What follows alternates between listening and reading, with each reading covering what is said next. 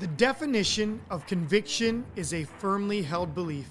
Leadership looks different for each person, but every leader has strong convictions that pave the way for how they guide their people. Whether you're an experienced leader, a current leader, a novice leader, or a soon-to-be leader, this podcast is a must for you. Through this show, you will hear leaders share their convictions, the struggles they face, and the challenges they have overcome by staying true to their convictions. Leadership can be hard and it can be lonely. I aim to connect you with leaders who have walked the journey and want to show others the way.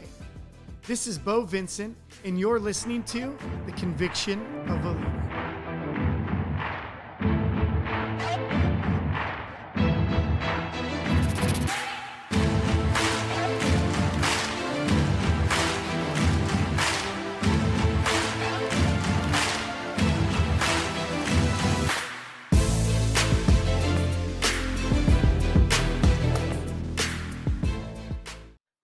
Welcome back to The Conviction of a Leader. I am excited, and I say that at the beginning of every episode because God has blessed me to know so many great people like Constantine Pappas. Welcome to the show today. How are you, my friend? What's up, Bo? How you doing? Pumped to be here. Dude, I'm so good. You know, I'm so thankful that you joined me today. We met, I want to say a year ago this month, a year ago. Mm-hmm. Yeah. And you are my Greek brother from another mother. And I can't wait to introduce you to all my friends and listeners out there today. Constantine is the man. He has done some amazing things at such a young age. And this is not to discount his experiences or anything. This is to just praise the man that he's become in such a short amount of time. So he opened Constantine Pappas Insurance Agency at age 19. This dude started an insurance agency at 19 with 3 team members. He's now 21, 3 years in already. That's nuts, with 13 employees. Guess how many I have after 5 years? 13. You're crushing it, my man. You don't need me to tell you that, but I'm proud of you and the growth that you've seen, even in the year that I've known you. You continue to just, break barriers and do things that people haven't seen before. And I love to praise you on this podcast. So top 5 agency in Western Territory for his carrier.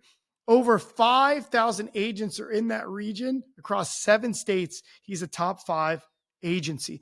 You know, what's so nuts to me, because I've worked with hundreds of agencies over the last 2.5 years as a coach, mentor, and somebody that teaches leadership. You know what I learned is California's tough, real tough. And you are the number 1 producing home insurance agent in all of California. That is crazy. You know, what an accomplishment to be at this point at 21. And then I have to mention this too, because I love hearing about what do people do outside of work. Like, I love getting to know people. Okay. Youth basketball coach for a local Parks and Rec center. So I love that. You got are you a big family guy? Do you see your family a lot? Yeah. Big family guy. Yeah. I see my parents and my older sister almost every day, talk to them almost every day. Dude, I love it. And I say almost, or else my parents are going to get mad because they know it's not every day. But huge family guy. Almost. Yes. I love that, dude. I'm happy for you. Family and friends to me are huge, but family's number 1. My dad used to teach me, hey, blood is thicker than water. You got to take care of your family. See your family. And he's so yes, I mean, I totally agree. And that's, I think, why we line up, and I'm excited to dive in. So dude, thank you for joining the show today. Constantine, I'm blessed to know you, man. And I'm excited for our listeners to get to know you and your journey and how you've just grown over 3 years, and what kind of skills and desires and goals did you set to get to where you're at today is what we're going to talk about. So let's just start with this journey. I've heard it before, but our listeners need to hear this journey, man. How did a 19-year-old decide he was going to start and buy an insurance agency? Most people would think he's got to be second or third generation to be 19, starting an insurance agency as an owner. But that's not the case, is it? No, that's the biggest assumption. My parents weren't in insurance. My dad wasn't in insurance. My mom wasn't in insurance. No grandfather, nobody. First generation in insurance. And the way I kind of, like almost everybody, you stumble into insurance. I think I know one person that says they dreamed of it when they were a kid.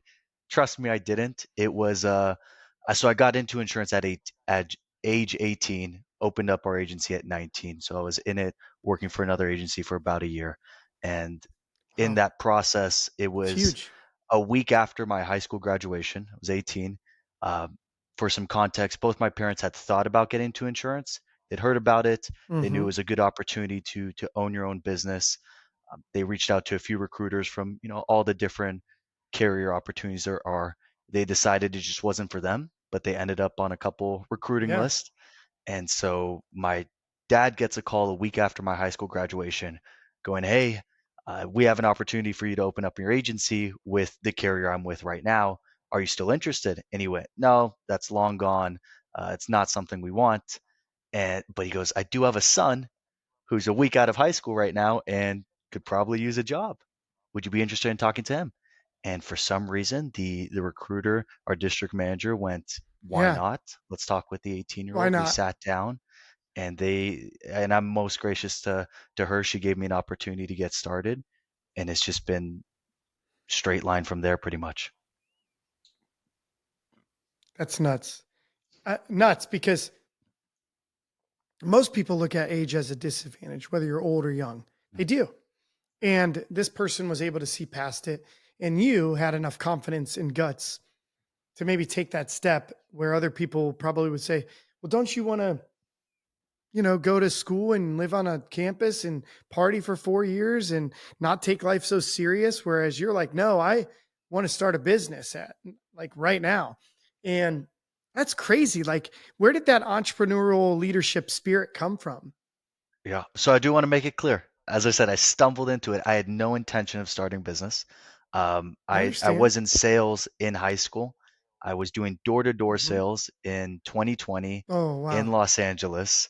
So shut down central. I'm going door to door to sell, Yeah. home installation products. Wasn't a great time, but I did like sales. And I graduated high school in 2021. So most people weren't at college campuses having normal college life. So I was going to do That's school true. from home that year. And I had no intention of opening up my own business, but it was just the perfect culmination of what's going on in the environment that led me to look into something that was different. But the Mhm. support came from my parents to open up a business because they have been lifelong entrepreneurs. They Mm. both immigrated here from Montreal, Canada. They came from Montreal to Mhm. Los Angeles at my mom was Wow. 20, my dad was 21. They both opened up a business together at that age, and they've just been almost owning their own businesses, different businesses, but every year since they've moved here, and they've had nothing but support So for cool. being self-employed, being your own business owner, and employing other people. Wow. That's what a journey for them, and look at what their example has set for you. Now, if they were, maybe in the corporate world and said, you need to go work for a big corporation, maybe it would have inspired you slightly different. But Mm. I like each. I think that each of us have these unique experiences that happen in life and the environments. And you may have a sister or brother who doesn't do own a business. I'm guessing, or do they? Yeah, Do as no, everybody? my older They sister's a nurse, okay. so completely different from the rest of us. Yeah, so completely different. So each person's experiences do shape them to be slightly different too. So I love to hear that, man. Thank you for sharing that story about your parents. And I love that. And I can relate because, I have my dad started a business around the exact same time I did, which is so crazy to me. I think he started when he was in his early to mid 30s and I started at 34. And Yeah, after working in the corporate world for a while, and I think my kids, though, I'm going to be honest with you, my kids think about starting a million businesses. And I think they don't think about working for people. They literally think yeah, about starting business. I have three sons. I don't know where they're going to be someday.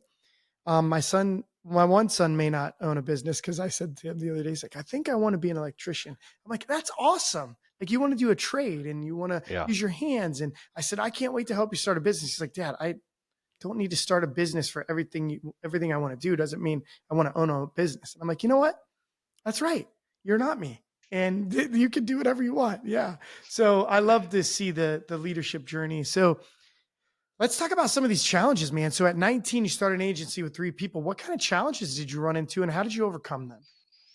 I mean, the main challenge is it was all internally. I felt like Yeah. it was a lot of conversations with anyone I could talk to, any other agents I knew, Mm-hmm. our district manager, my parents.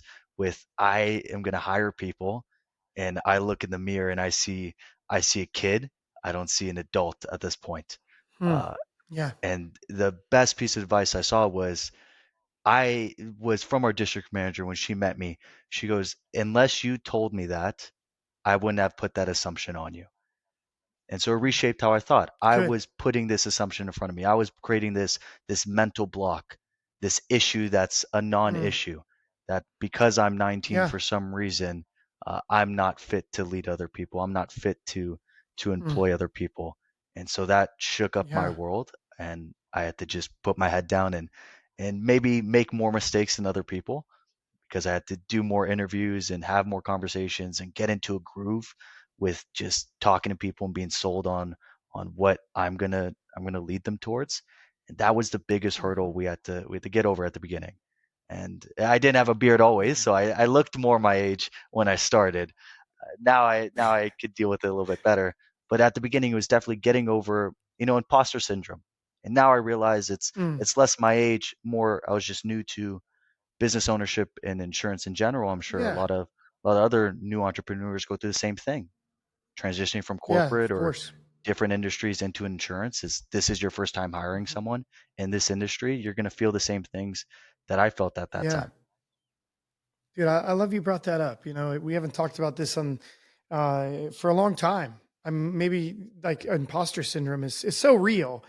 And how did you learned that you were creating your own roadblock. No one else was saying to you, "Well, you're Mhm. so young, you don't know anything. You've never experienced this." You were creating this, in your own head.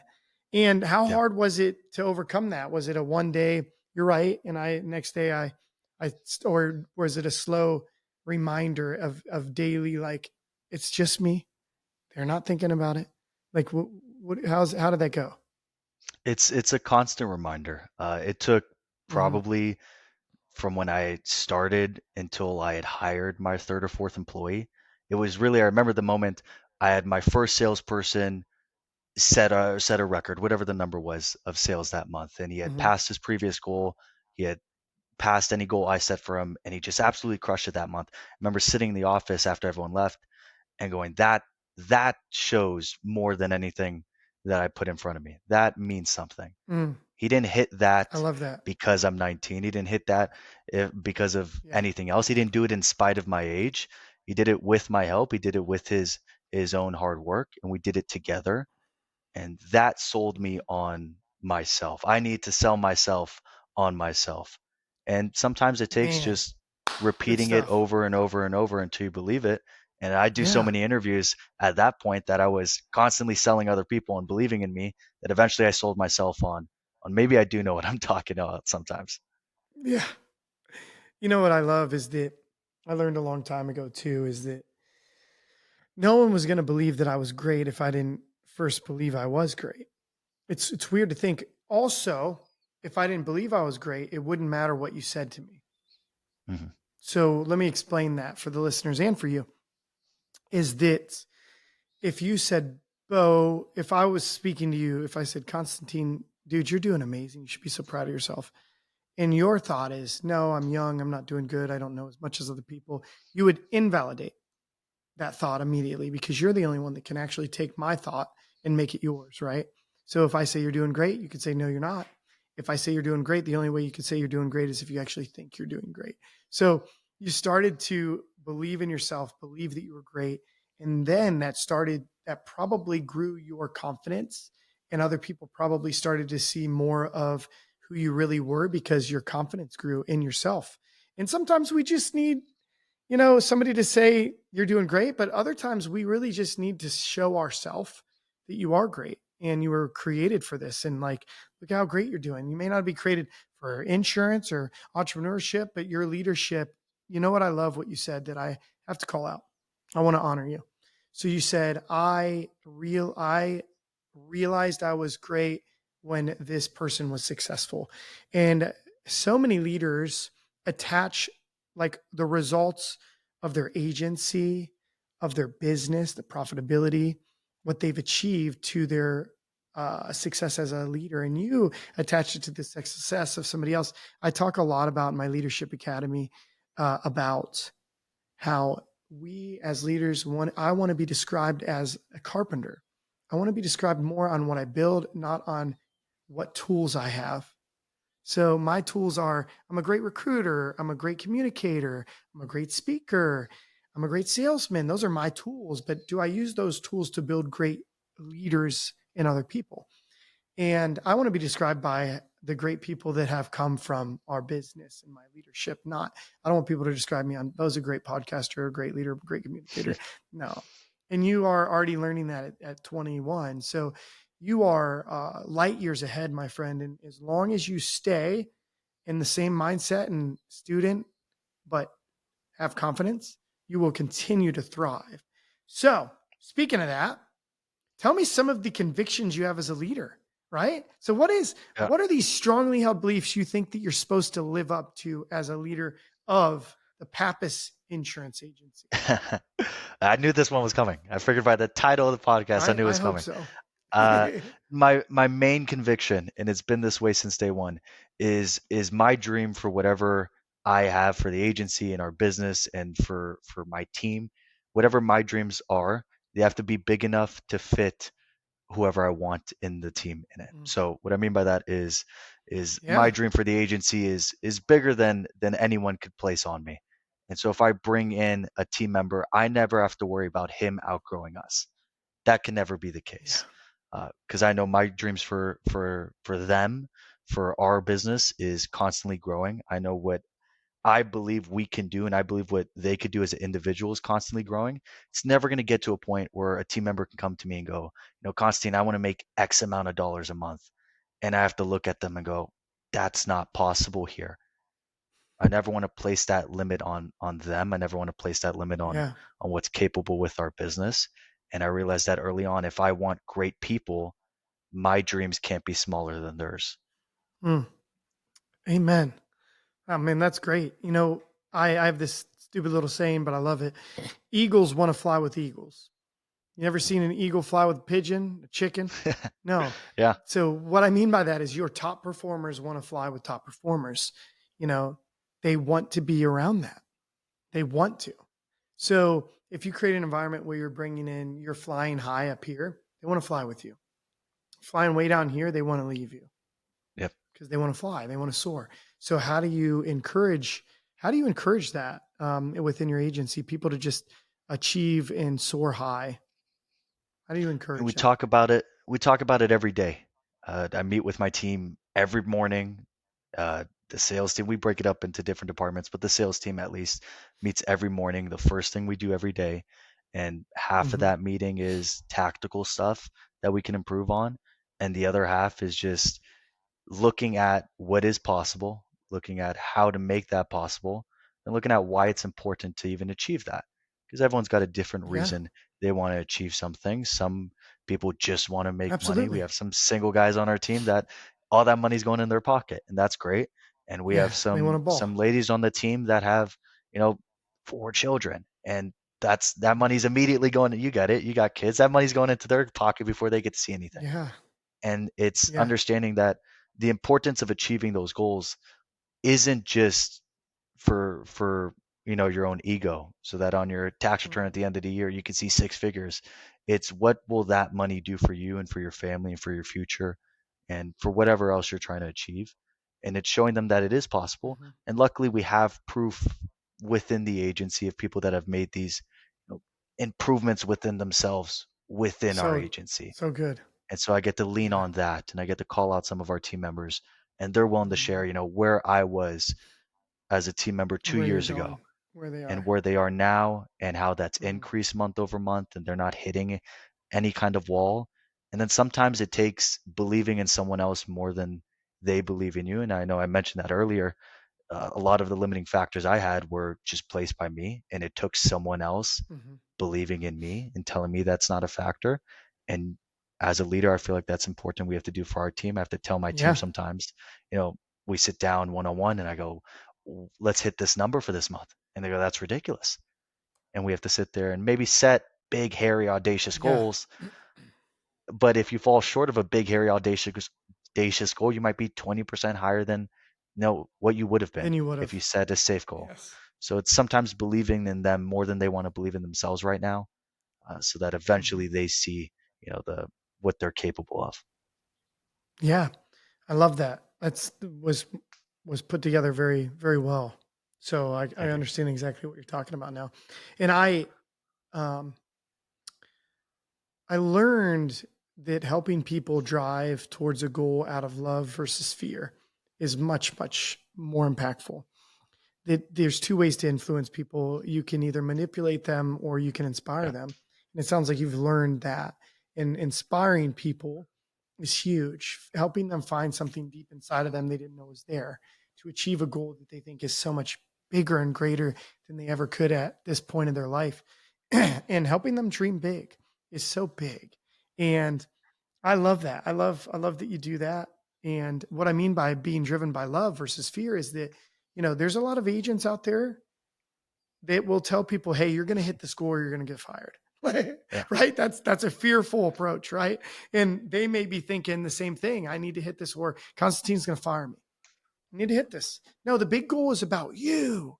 I need this, but I'm trying to help you achieve the house that you want to buy, kid going to college, the Lamborghini for the single guy so he can drive around LA and pick up girls. I don't know. Like it's a different for each person. And I love that you understood that. Here's my advice to all the listeners too, is that people want to be treated fairly, but not the same. So they want to know if Johnny misses his goal and is late, he's going to get reprimanded fairly. But they want to have a personal relationship with you. It's different.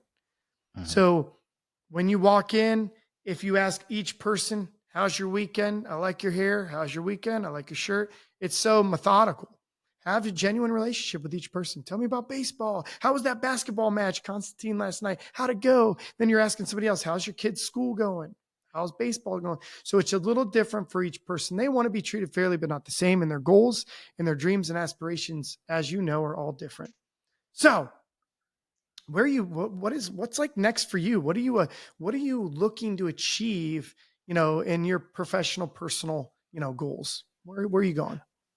I mean, just in the insurance side with our carrier, the immediate goal is to go from number 5 or whatever we are in the West Territory to number 1, and then making that push to number 1 in the nation. And that's Wow. purely ego driven, I want to say, because those numbers don't dictate anything else. It doesn't mean any more money in my Yeah. pocket or my team's pocket. It's simply I'm a competitor, and I tell this to every single one of Mhm. my team members. I don't sleep well at night. I know when our rankings come out with our company. I know what time. I know the night before I'm not sleeping good because I want us to be number You're 1. I know the anxious. You night want to know. after Yeah. I'm not sleeping good because we're not number 1. And so Hmm. that's the big goal, is pushing to number 1, and then achieving things that other people didn't think was possible. And that's, to me, been the biggest mind shift switch, is learning that someone had to run the 4-minute mile first. And I Oh heard on yeah. someone else's podcast once, was the same year that the first person crossed 4 minutes in the mile and ran 3:59, that something like 30 people also did the same that year. It took all of humanity for one person to do it, and then 30 people did it in the same year, just because Mm. one person showed it was possible. And spending a lot of time around people like yourself and a lot of the mutual friends we have, and seeing, what Yeah. is possible out there, not just what's in my circle around me, allows me to open that Right. up, and trying to push the envelope on what's possible within our agency. I love that. I love that. I've also learned like I need giant goals. And I just personally, that's how I was created. Not everybody was created that way. I need a giant goal. Like you, like shooting for number one, shooting to make $1 million, shooting for whatever, like shooting big. And most of them that I found the most like fulfillment from is when my goals are attached, like you said originally, like to helping others. So, if each person improves 10% in your agency, does that make you number one now? And does it improve their check 10%? Like that's a big win for Yeah. me. That's how we can get there. Do I need one more person that can add that on. So I love figuring out, once I figure out the goal, I love figuring out the plan. What's going to be my plan to get there? And Yeah. some people get so stuck on, I'm going to set a really big goal, but as an insurance agent, I know how important it is to stay on top of your business finances. Cash is the lifeblood of our business, and how you manage your finances impacts your ability to survive and to thrive as an agency owner. That's why I use Club Capital for my business's accounting and CFO advisory services.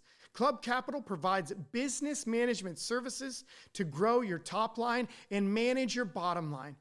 Club Capital gives me monthly financial statements so that I have the data I need when making decisions with my Club Capital CFO advisor about my agency. So whether it's hiring a new employee, buying another book of business, or investing more in a marketing initiative, Club Capital helps me model out different scenarios to give me the information and the financial data I need to make the right decision to help my business grow. Click the link in the podcast show notes below or scan the QR code now to book a free, no obligation financial audit call.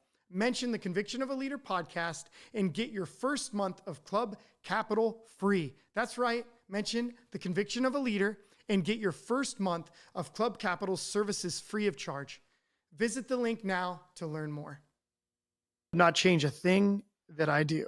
And like, well, I mean, sometimes it is a thought thing, a barrier thought that's holding you back. But sometimes it is like, whoa, you got to change too. Do you think that, there was probably 30 people that could already run a 4-minute and thought it was impossible. But then there was a bunch of other people the next year that thought, well, if 30 people did it, I bet if I trained like them, I could probably do it too. And then they trained like them. So Yeah. being a top 5 producer is an accomplishment too. How many people do you have that reach out to you that want to pick your brain, ask you about what are you doing? I get a few, not as much. I'm just not super active on social media. So Yeah. Oh, there's not very many that is ways hard, for people to right? see that. Yeah. Yeah. So not too many people see it. Uh, but we do get it sometimes, and I've always believed it since day one is I'll share everything. I'll hmm overshare. I'll give every number, every detail. I'll come to your Yeah. office and you can come to mine and we'll go through every single step on how we do something. Uh, because I believe there's enough for everybody. It's not limited. If I show Bo exactly how we find clients, Bo is not going to magically take all of our clients. There's 40 million people in California. There's enough for the both of Right. us. And I've been able to benefit from people like yourself and I'll give him a shout out, Andrew Filar, a good buddy of both of ours, Yeah. who has hmm overshared Great friend. into their details on what they do. And I realized if they're willing to not hide anything, and they may have hmm some secret sauce, then what am I doing hiding any of our information? Um, Right. so I I'm willing to agree. share I literally agree. everything. I love that you mentioned even before this thought where we just had you said something about showing other people what can be done before you started talking about the 4-minute mile, and breaking barriers for other people too is important. And I think that everybody needs somebody to look up to and to look to. And, it's not an age thing. It's not an experience thing. It's just that, if somebody else does it, it's sometimes it's a competitive thing. It's well, I think if he does it, maybe he'll show me the way. Maybe I could do it. So I love that you want to be that for other people. And I think that's genuinely like important as a person to have a successful life. Cause I have the saying, like, I could seek to solely just be successful. And this is advice for everybody. And I think I would have been successful even sooner. But I learned very short into my career is that if I sacrificed family and those that I loved in order to find more success and money, I think I would have found it a lot longer, a lot sooner, longer time ago. But I think I would have been alone. And celebrating success alone has never been fun. You have people around you that only care about your success, that want to celebrate with you because you're successful or your money, but they don't really love you or care to celebrate you and the Yeah. path that it's taken to get there. And there's something special about my wife being part of that journey this whole time. Is that from a young kid that was a punk, and then to my first job making $10 an hour when we were in engaged to where we're at today with no, I didn't have anybody that followed me, made $10 an hour to where we're at today. So, it's so important to have people in your corner, parents, significant others, friends that support you, give you the advice, tell you the truth. Constantine, how important is it for people to tell you the truth in your agency?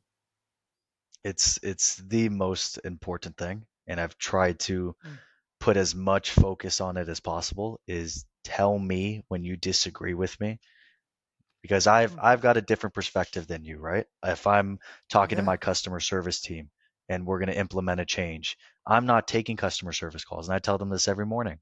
I don't take the calls. If I give you a script on how to say something to a customer and you're like that didn't work, well, let's go through it. What do you think's going to work better? Be honest with me on it. When I onboard a new team member, we spend about 15 minutes going over one slide on our onboarding PowerPoint.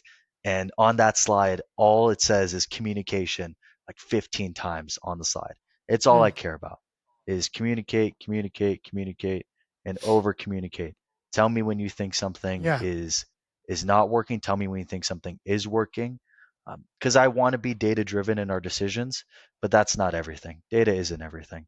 So if sure our sales are going up, but I have a sales team member come to me and go, I don't think we're attracting the customers that we want to attract. Or if we bring on a new team member and I have another team member go, I don't think you're attracting the team members that you want to Mm, attract. I wouldn't yeah. know that if I didn't welcome them to talk to me. And it takes an Wow. effort That's because that's not that's natural crazy. for any of us to sit there and want to tell someone else, Mm, especially the person that's signing your checks, hey, I think you're doing something wrong. And I try to over encourage it. jeez. And then getting that from outside of the agency as well has been huge. And you Mm, mentioned significant others. I've been with my yeah. long-term girlfriend coming on 5 years now, and she's That's great amazing. because two completely different things. She's a NICU nurse, and I'm in insurance. She's Wow. actually helping people, and I'm helping people with their insurance. So it's a whole Yes. different world. But I come and I So tell her different. my ideas, and she comes to it from just I hate to say basic, but just a basic of understanding of, well, why do you think that's going to work?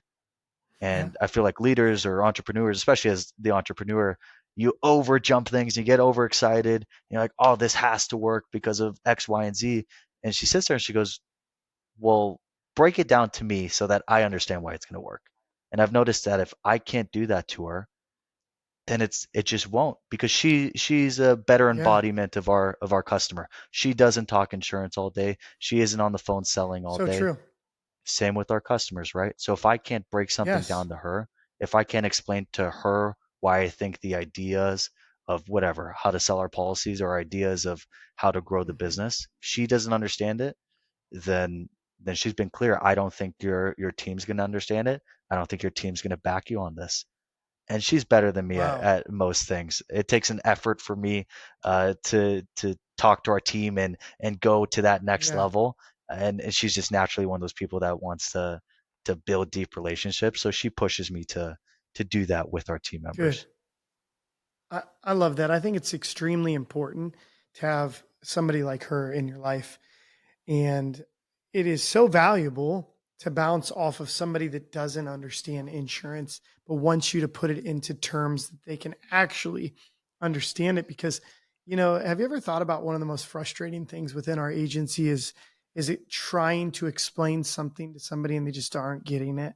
Customer, Yep. employee, they're not retaining it, they don't get it. So being able to break it down that is bite-sized and understandable is so huge and so important too, as a leader. And I love that she pushes you for that. And I'll tell you what, there's some gut responses I've had over the years to situations and circumstances that my wife is so quick to be like, that's not you, and that's not what you want to do, and that's not how Yeah. you want to be known as a leader, and you should have more patience. And this, so like over the years, I can tell you I had a vision of the man I wanted to be or the man I feel like God created me to be. And, I strove towards being that person even when I wasn't, didn't want to be. It was not the fake it till you make it. It was, I want to be a man that's kind, that's giving, that's patient, that shows gratitude, that puts other people first. And there's a lot of times when I didn't want to, and I had to put myself in the situation of saying, that's not the man you want to be.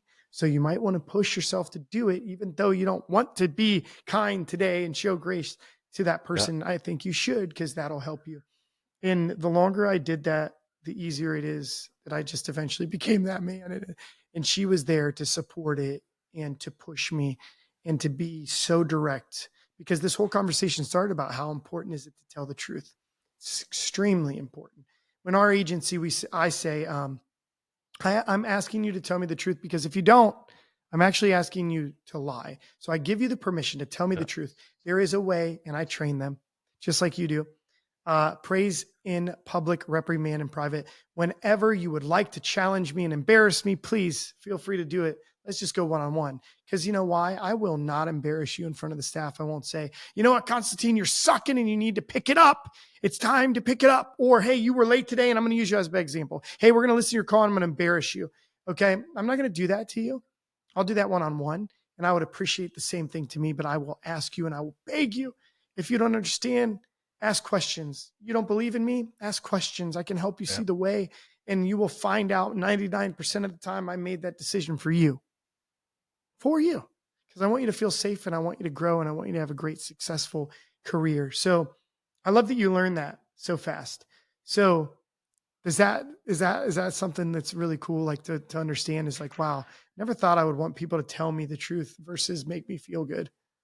Yeah, no, I I regret it sometimes, but it's the Right? right thing to do at the end of the day. And It I think is. the biggest thing, and I know you could feel it coming from you, Bo, is your team's going to be more willing to talk to you when they know where your heart's at. And so if you're constantly making Yeah. decisions where they can't sit there and discern if this is for your paycheck or for mine or for just the Yeah. customer, if they can't sit there and make that decision without you giving them the why, then they'll never feel comfortable to talk to you. Because if I go up there and confront them, it's, well, why would I even do that? Because I don't know where his heart is. But if we put an Yeah. effort into making it clear to our team, everything we do is for you guys, everything we do is for the benefit of our team, everything we do is for the benefit of our customers, then they can come to me and go, I know you think this is helping us, it's not. I know Yeah. you think pushing me in this way is helping me, but it's not. I know you think this change Mm. is going to benefit our customers, but it's not. If they don't know where you're coming Yeah. from, they can never communicate, especially if you're all over the place. So true. It's like sometimes I just need a push. And when I was a team member, I needed a push. Sometimes I just needed a hug, a mental hug, like somebody to know, like, hey, I just want you to know I can tell you're not doing very good. Are you okay? Like sometimes we just needed that. And other times I needed somebody to say, hey, get your butt in gear. But you know what it comes down to is that when somebody cares about you, they can start to learn things about you and they can ask questions about you, tell you the Yep. truth, help you grow. I think it's so big because, I started out saying I love insurance, but I love people more. And that saying turned into we love insurance, we love people more. But what it meant is this: when you love somebody, what do?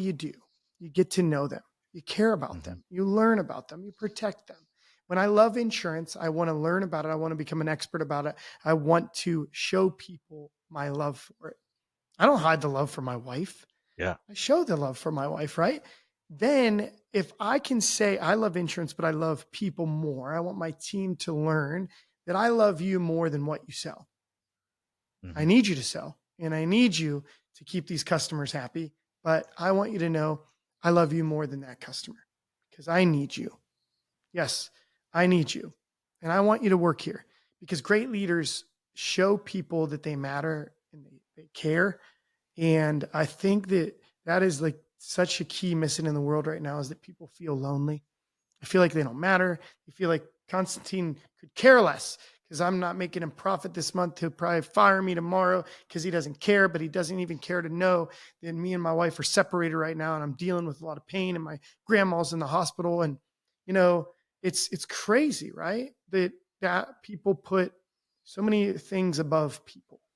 And at the end of the day, I think people want to know they're safe and loved. Yeah, I mean, Amen. that's the biggest Right? difference. I'm 1000% pro small business, obviously, as a small business owner. Mhm. And the reason is entirely based on relationships and people and caring for people. I mean, what do we see in the news every single day? This company does a layoff, Yeah. this company does a layoff, Yes. 10%, 10,000. And the most frustrating thing I see is when they put in percentages. XYZ Oh yeah. company lays off 10% of their workforce. Now, they didn't lay off 10%, they laid off 2,000 people who are counting on a paycheck 2,000 next month. people. But to them, they laid 2,000 off dads, 10%, 2,000 moms, moms. 2,000 Yes. grandkids that have to take care of their grandparents, whatever it is. Mm-hmm. Those are 2,000 people that have lives they have to tend to that they can't. And and that's Yeah. why I'm in love with small business is for that exact reason you talk about is your team has to tell you're genuine. They have to know where you're coming from with everything. They have to know you care about, you said it. You have to care about You're them more authentic. than you Yeah. care about what they're performing.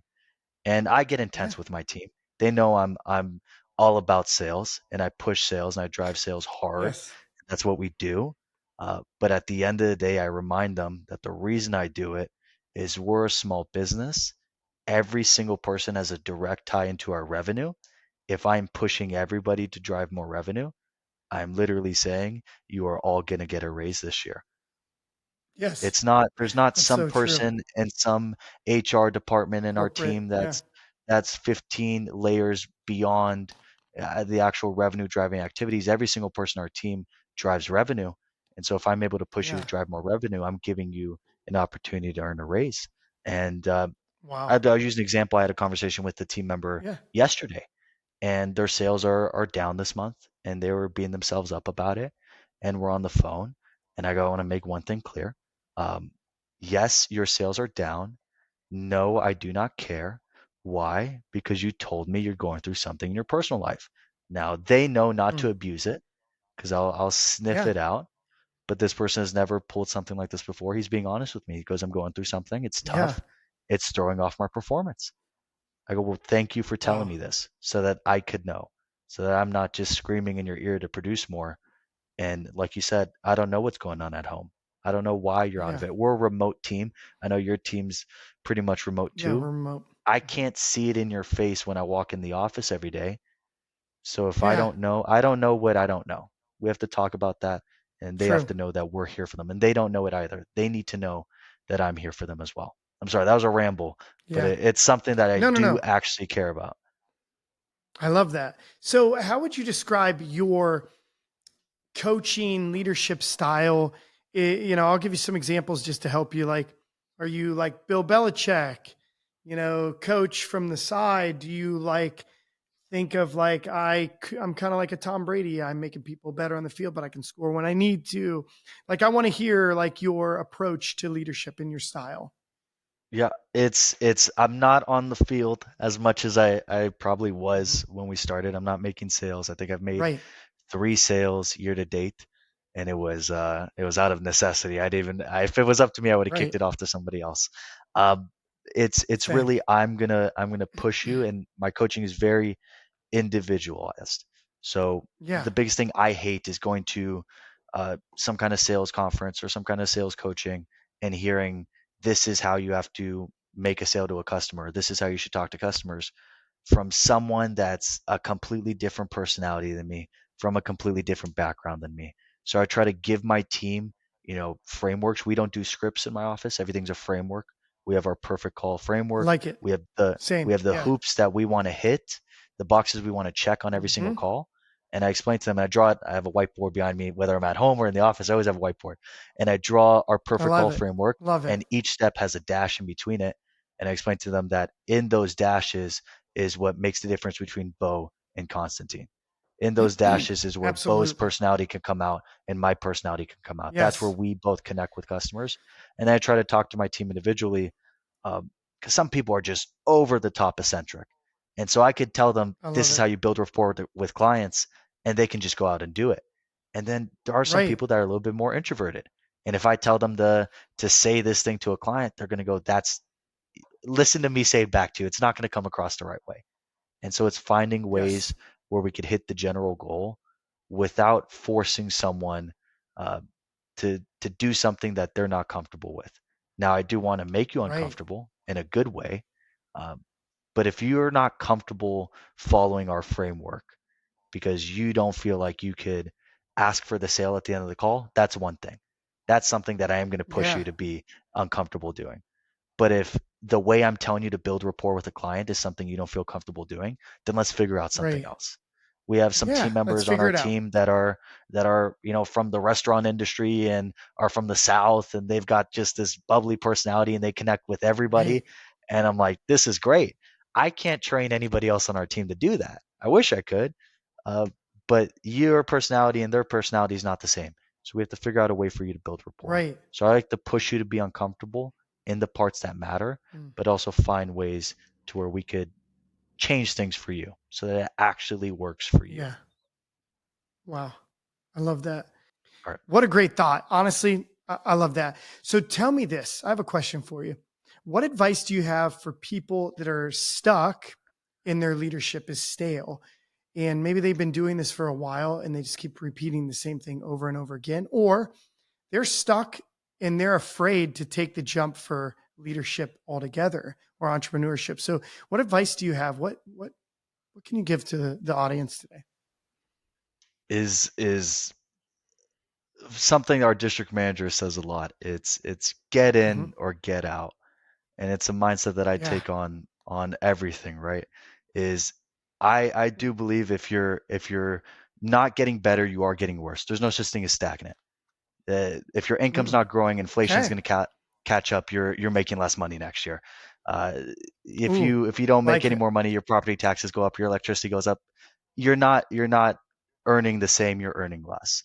Same thing with your Oh yeah. skills. If you're not getting better uh, from this time next year, everyone else got better, and so now you're being left behind. Yeah.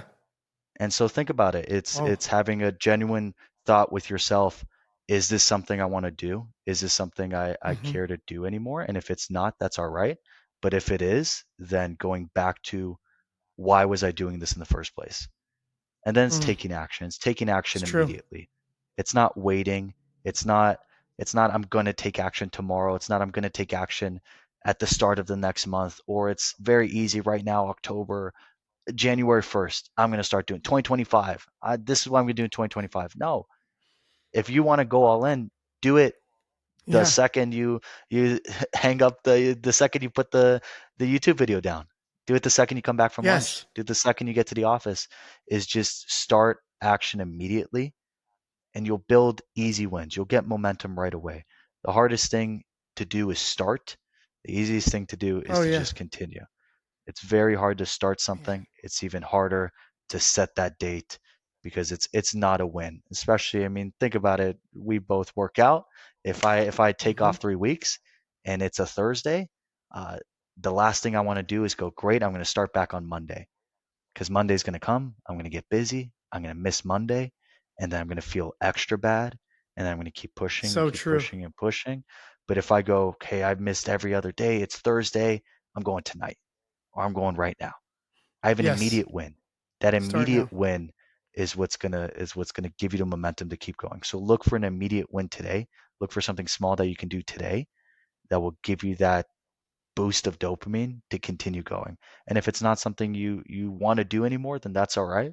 Yeah. You can find that energy you had somewhere else. Yes. Right. Right. You know, I love that. My dad used to say, you got to be all in or all out. Drink the Kool-Aid or don't. Just don't be Yep. that guy in the middle. And I'm so thankful he said that. And I've learned some good things from him over the years. And there's some things I just didn't want to be like him. But that was something that stuck with me. And I love the advice you gave. Dude, you have some really good analogies. The way you put that into play of like so many people are going to become better than you if you're not constantly improving, if you're not growing, you're dying, if you're not making more, you're making less because inflation, because of everything. Dude, what a great way to make me feel like, yeah, you're right. I need to It's like the think only way about I that think. side I of the have to money think side in too. in I have to think in analogies. It's the only way things make sense to me. Of course. Of course. I'm a big story and analogy person. I'm not a big hypothetical or just state the way it is. I love the way you put that together. I feel the same way. And I think what's so cool is that we do have some very similar thoughts. And I'm like, I'm happy to see that you are growing, and I mean, the best is yet to come for you. This is, Thank you. and you just got to keep it up way up here. Keep dreaming way up here. And like you said, like dream of things that have never been done, not just first place, but never been done, and keep striving for it. And I think that you show the way and people will follow. Show the way and people will follow. Keep putting them first. People will follow you. Surround yourself with people who believe, and something remarkable will continue to happen. And you've already Mhm. done remarkable things. So, I want to thank you for joining on the podcast today. Is there anything that I didn't give you a chance to talk about that you were like hoping, oh, I hope Bo asked this, or we go in this direction? Is there something that you would like to leave with? Story, bit of advice? The only thing is probably the reason Yeah. why we're even talking today is the biggest Yeah. thing I attribute my success to is not being afraid to reach out to other people for help, no matter what. Yeah. Finding someone, reaching out to them. I mean, we've become friends because of that. We didn't know each Yes. other Yeah. before. We met each other at a conference. I reached out again a Mm-hmm. few months later for you to come to our conference. That's Yeah. been the single biggest thing is that winners want other people to win. And so Yeah. if someone's They doing do. well, they will share it with you. Share, reach out to everyone, surround yourself with positive winners, and you'll turn Mm-hmm. back in a year and be surprised on how far you come. And that's all a testament to you. So thank you so much, Bo, for having me on. This has been awesome. Hey, dude, honestly, I'm proud to know you, my Greek brother from another mother. I can't wait to come out to LA and see you again. I do want to thank you. I did get to meet you at the Mega Agency Conference for your carrier, and then you did invite me out to LA for your Premier Agency Conference. And honestly, I've been honored to know you, and I appreciate you. Allowing me to see a glimpse into your life and get to learn from you. I think that I keep the same thought process at 39, that I did a long time ago, which is I want to be a student. If I continue Mhm. to be a student, I'm going to continue to learn and gain knowledge and share that knowledge. If I ever think that I have gained everything, times change. So think of a doctor from 70 years ago. If they thought they knew everything, do I want a doctor from 70 years ago performing on me the same way that they did 70 years ago? No, I don't. We need to grow.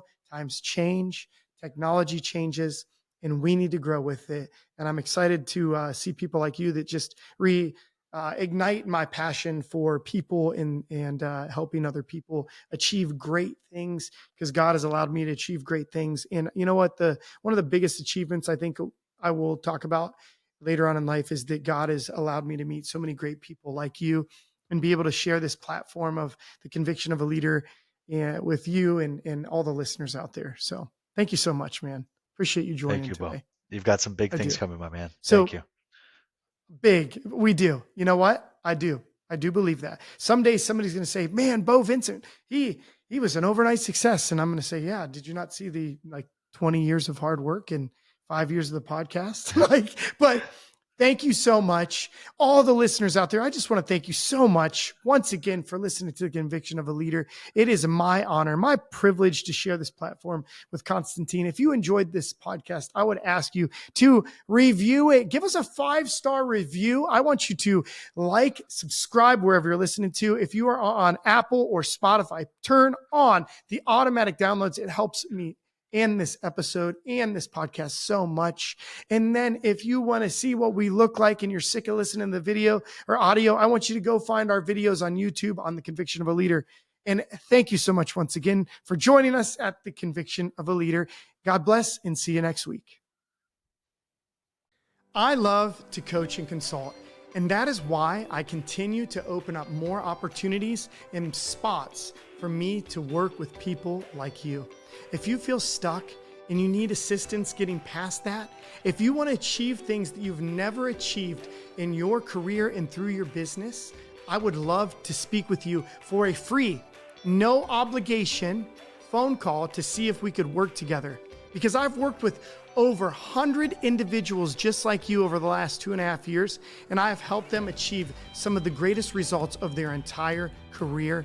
And I look forward to working with you. So click on the link below for a free, no obligation consultation with me. Talk to you soon.